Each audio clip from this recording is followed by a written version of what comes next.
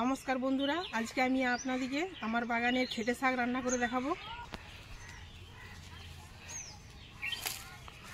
এই দেখুন বন্ধুরা, এটা আমার বাগানের খেটে শাক, খুব সুন্দর শাক হয়েছে।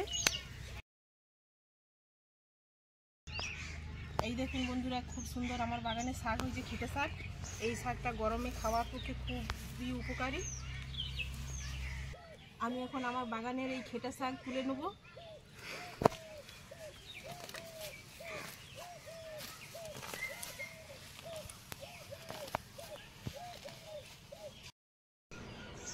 বন্ধুরা, আমি বাগান থেকে শাকটা তুলে নিয়ে এলাম। আমি এরপরে এটা ভালো করে বেছে তারপর ধুয়ে নেব।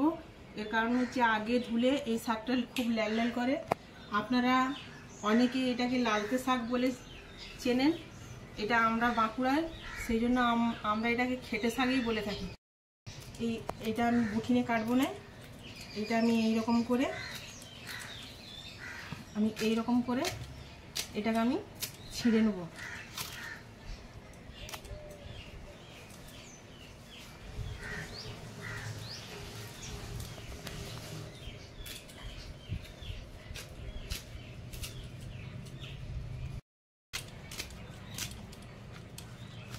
ঠিক এইরকম বাছা হবে, এইরকম কাটা হবে পাতাগুলো।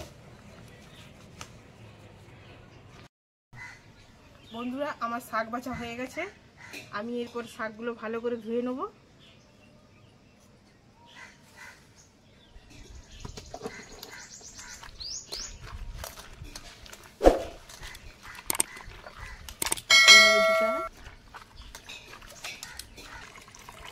আমার এরপর ধোয়া হয়ে গেছে। আমি এরপর রান্নার জন্য এই রান্নাঘরে নিয়ে যাব। আমার খেটা শাক বানাতে যে যে জিনিসগুলো লাগবে সেইগুলো হলো, এই যে আমি শাক নিয়েছি, আর সর্ষের তেল, স্বাদ মতো লবণ, স্বাদ মতো চিনি, আর একটু রসুন ছিঁচা, একটা শুকনো লঙ্কা ফোড়নে। আমার কড়াইটা গরম হয়ে গেছে। আমি এরপরে কড়াইয়ের মধ্যে জল দিয়ে দেবো। এটা ঝোল হবে, আপনারা আপনাদের পছন্দ মতো জল দিবেন। জলের মধ্যে আমি স্বাদ মতো লবণ দিয়ে দেবো।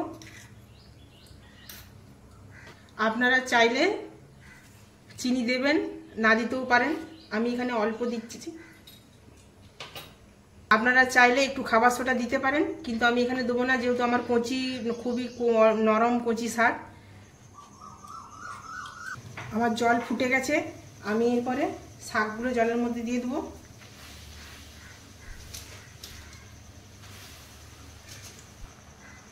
এই গরমে এই শাক খেতে খুবই ভালো লাগে। এই খেটা শাকের ঝোল আর আলু করলা ভাজা, ছোট ছোট আলু করলা দিয়ে ভাজা খেতে দারুণ লাগে।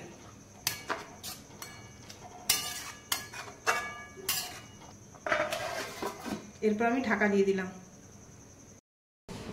আমি কিছুক্ষণ পর এরপর আমি ঢাকাটা খুলবো। সুন্দর আমার শাক সেদ্ধ হয়ে গেছে। আমি এরপরে এটা একটা পাত্রে ঢেলে নেব।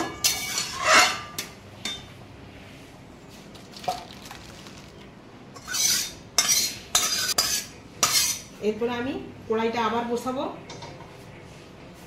এরপর আমি আবার কড়াইটা বসিয়ে দিলাম। এর মধ্যে একটু সরষের তেল দিয়ে দেবো।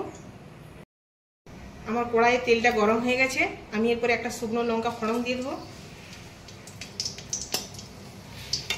আমি এরপরে রসুনটা, ছিঁচে রাখা রসুনটা আমি এরপর দিয়ে দিলাম তেলের মধ্যে।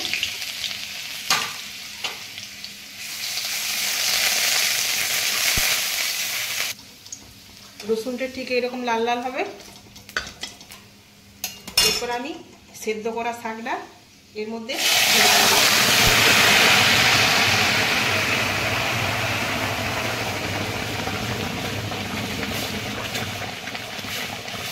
এরপর আমি এইভাবে একটু নাড়াচাড়া করে নেবো, যাতে রসুনটা একদম পুরো মিশে যায় ওর সঙ্গে।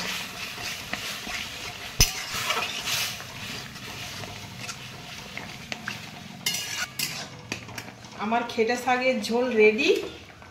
এই গরমে খেটা শাকের ঝোল দিয়ে ভাত এমনি শুধুই খাওয়া যাবে।